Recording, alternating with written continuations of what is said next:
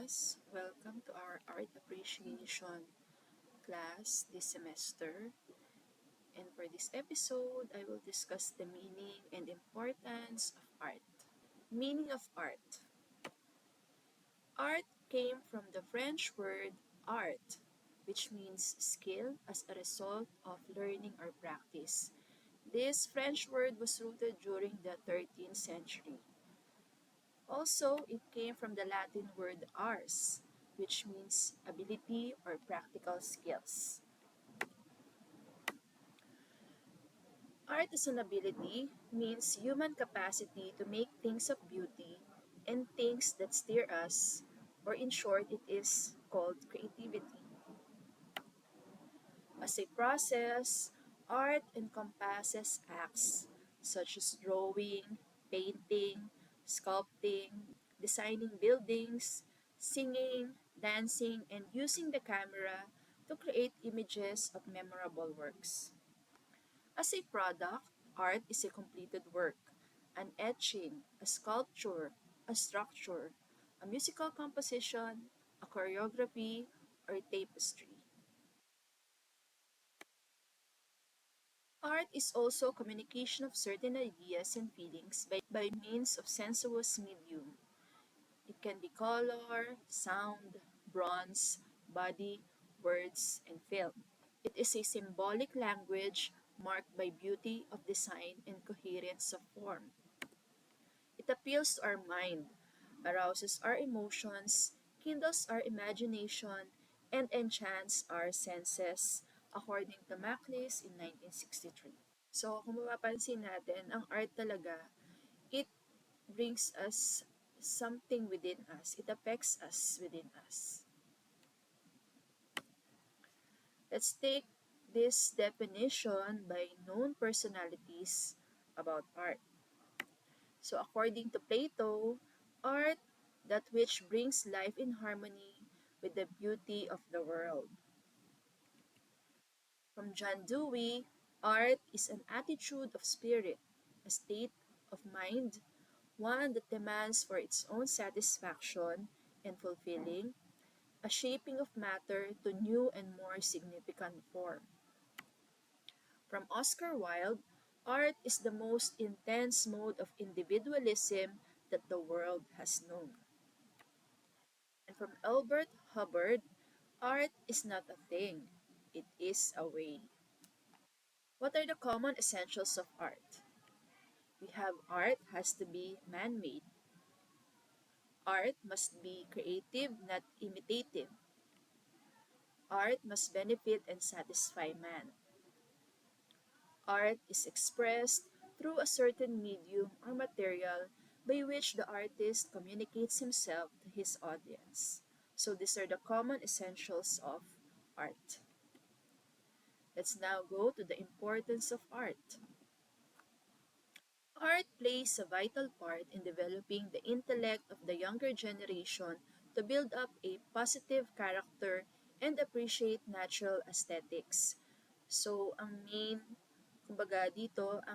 purpose of art is for younger generation na mas ma-appreciate nila kung ano ba yon talagang tinatawag na aesthetically pleasing and at the same time, ma-build yung kanilang character positively. Artistic awareness perceive the world from diverse viewpoints. So, meaning, kapag na-expose tayo sa art, talagang minsan na open up yung ating mind sa mga iba't ibang ideas na motivate yung ating curiosity. So, yan yung isa sa importance of art. Art also develops and encourages creative sensibilities. So, looking at art sometimes can also push us to be creative or motivates us to be creative. Kumbaga, pag nakakita tayo ng isang artwork at nagandahan tayo or na-amaze tayo, parang minsan, di ba, ma-encourage tayo na ano kaya, gumawa rin ako ng sarili kong artwork. So let's now go to art history. So art history is the study of objects or works of art in their historical development and stylistic contexts. Example are genre, design, format, and style. Through this art history, we may be able to understand the purpose of the work of art and appreciate it. So, looking back on the historical fact of a certain art, mas ma-appreciate natin or maiintindihan natin bakit yan ginawa ng artist, ano ba yung purpose ng work of art na yon, at pag nalaman natin yon, mas ma-appreciate natin siya. Humanities is anchored on a strong foundation in the arts and sciences. So when we study art, we can also relate this to humanities. Dahil nga, dun yung strong foundation, di ba, ng mga pag-aaral about the arts.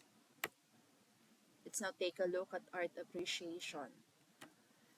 Art appreciation is in the study of humanities where appreciation of the art is given emphasis. So, dito sa pag-aaral natin about humanities, ang mas binibigyan ng importansya dito yung how we should appreciate art. Art appreciation in the humanities is being able to look at a work of art and form a wise opinion of the work. So when we take a look at a certain art, nakita natin, naintindihan natin, doon natin mas ma-appreciate at pwede rin tayo mabigay ng opinion natin doon sa work of art na yon. Art appreciation deals with the learning or understanding and creating artworks and enjoying them. We appreciate a certain artwork. We also kind of enjoy, di ba, looking at them or touching them or just we are mesmerized by these artworks. For a recap, on this video, we have learned the meaning of art as defined by known personalities, the common essentials of art, the importance of art, and what is art history versus art appreciation. So this is my reference for this presentation. So for your asynchronous recitation, answer this question. If you were an artist, what kind of artist would you be? Type your reply in the comments section below this video.